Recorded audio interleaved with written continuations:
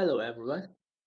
I'm happy to present our work published on Transactions on Computers, which is talking about reinforcement learning based resource partitioning for improving responsiveness in cloud gaming. Our team is from Nanking University, China. Here is the executive summary. We consider the problem that interaction delay is crucial for cloud gaming. The many existing solutions optimize this problem from a different point of views, but our goal is to reduce the response delay from the computer architecture perspective. We observe that the interaction delay caused by server-side processing are heavily influenced by how the processes partition the resources.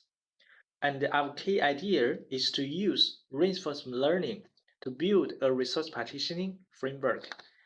Specifically, we divided the processes of the server-side software into groups and partitioned the resources among processes.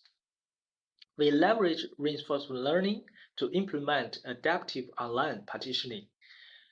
The results show that our approach significantly outperforms the state-of-the-art solutions. Okay, we first give a brief introduction of cloud gaming.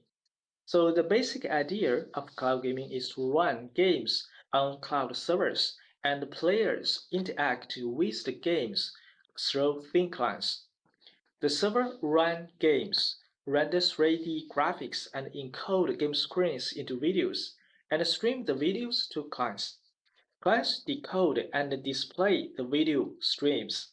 So in this manner, cloud-side does not need to install expensive hardwares and can run games anywhere and anytime. A primary issue of cloud gaming is latency, because the games run in the remote cloud servers. The latency cloud gaming can be divided into three parts: the network delay, the server-side response delay, and the thin client delay. The server-side response delay is for rendering graphics, video encoding, and streaming, and the thin client delay is for decoding and displaying. Existing latency reduction works mainly focus on optimizing video encoding, transmission delay, or game rendering delay. However, no one considers reducing delay from the resource partitioning perspective. We observe that the resource partitioning could affect the response delay significantly. So this is because the server side of cloud gaming system has several processes. While these processes compete for the shared resources of the server, such as the CPU cores, last level cache, and so on.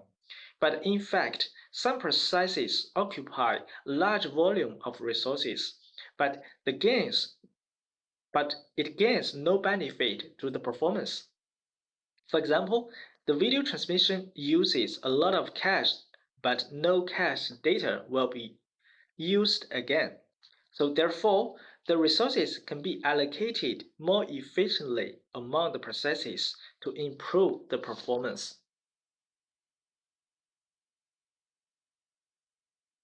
We first use a concrete example to show the benefit of resource partitioning. We can see that resource partitioning can really reduce the response delay compared to that all the resources are shared among the processes. Moreover, the different resource partitioning configurations achieve different response delays. So, however, we see that maintaining the optimal resource partitioning among the process is very challenging. So for the first challenge, the modern hardware cannot support fine-grained resource isolation. For example, cache can only be partitioned at cache-V granularity. So if we simply allocate a dedicated resources to different processes, the partitioning may be suboptimal.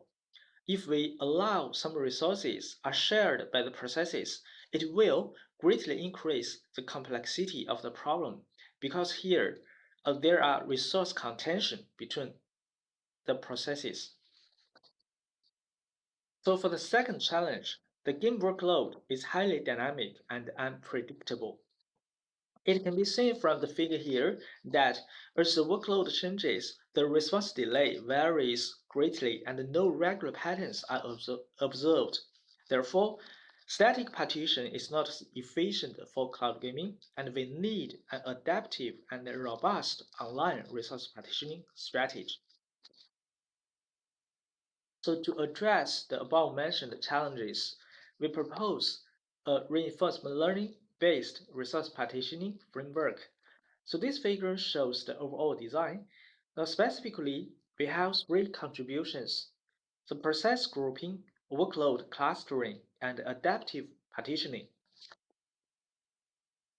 The first contribution is process grouping. The idea is to divide the processes of the server-side software in cloud gaming into disjoint groups, and each group is allocated isolated resources.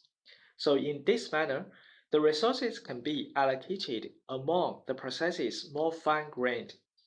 In order to find the optimal processing grouping, right? So evaluating every possible configuration in a real system is time-consuming. So we first propose a machine learning model to estimate the performance of a given grouping plan, and then use a heuristic algorithm to find the approximate solution. The machine learning model is used to predict the IPCs in instructions per second of the processes and a specific grouping plan and the resource partitioning configuration. According to the IPCs, we use a linear model to estimate the response delay of each group because we observe that now there is a strong linear correlation between processes IPCs and the response time. So based on the prediction model, we use a heuristic algorithm to search the approximate solution for the process grouping plan. Initially, we put all the processes into one group, and then we iteratively to split the process groups into more groups until no benefit can be obtained. In each iteration, we try to split one process group into two groups. Now, if the overall response delay is reduced after splitting, we accept the operation, otherwise we reject it. Since the workload changes dynamically, maintaining a static process grouping plan is not optimal. Therefore, we classify the workloads into different clusters and maintain a different process grouping plan for each cluster. Now, specifically, we use the popular clustering algorithm k-means, so where the number of clusters is determined by another algorithm called g-means. The third contribution of our framework is the reinforcement learning-based resource partitioning approach. Reinforcement learning is suitable for our problem because, first, it is very efficient since it maps the input features to the output directly in an end-to-end manner. The second, it is natural, adaptive to dynamic workload changes. Specifically, we use multi-agent deep Q-learning technology, which is commonly used approach in the literature.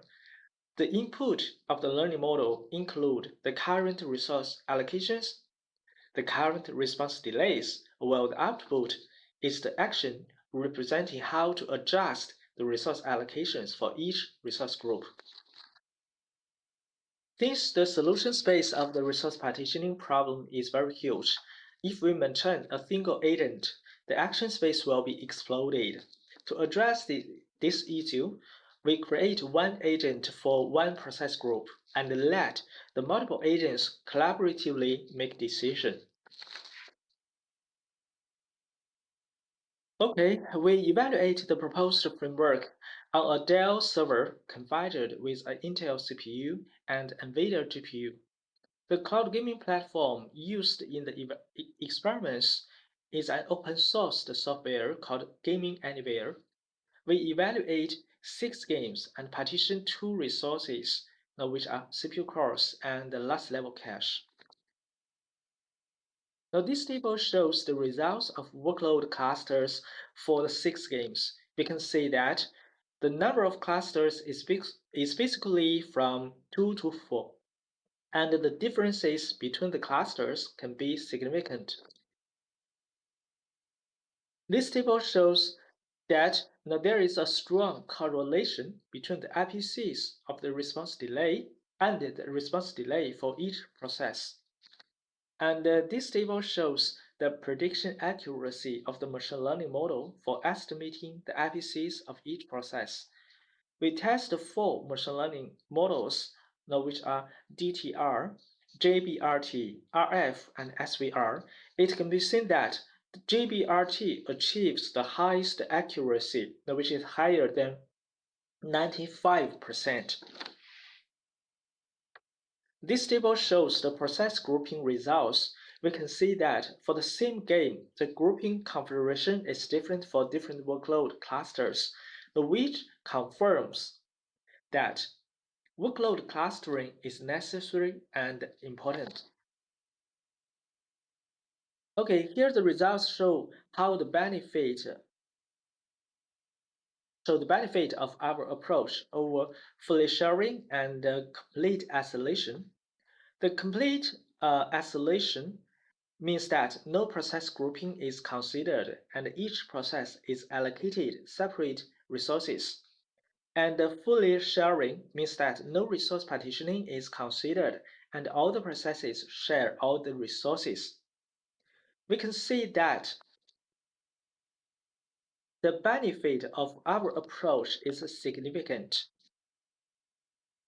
Our framework incurs the minimum response delay among the 3 policies. We also can observe that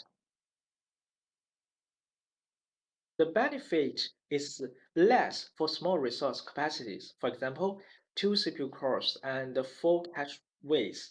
So this is because the resource contention is more serious for small resource capacity, and thus the impact of resource partitioning is less significant. We also implement 2 alternatives for our approach, SGSP and SGDP.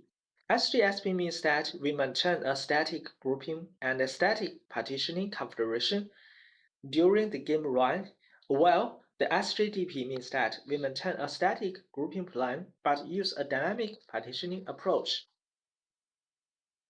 From the results, we can see that both of them are not optimal, which means that the workload clustering mechanism and the dynamic partitioning mechanism are both important. Next, we show the effectiveness of workload clustering.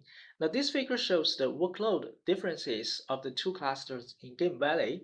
We can see that the workload is unbalanced among the 2 clusters.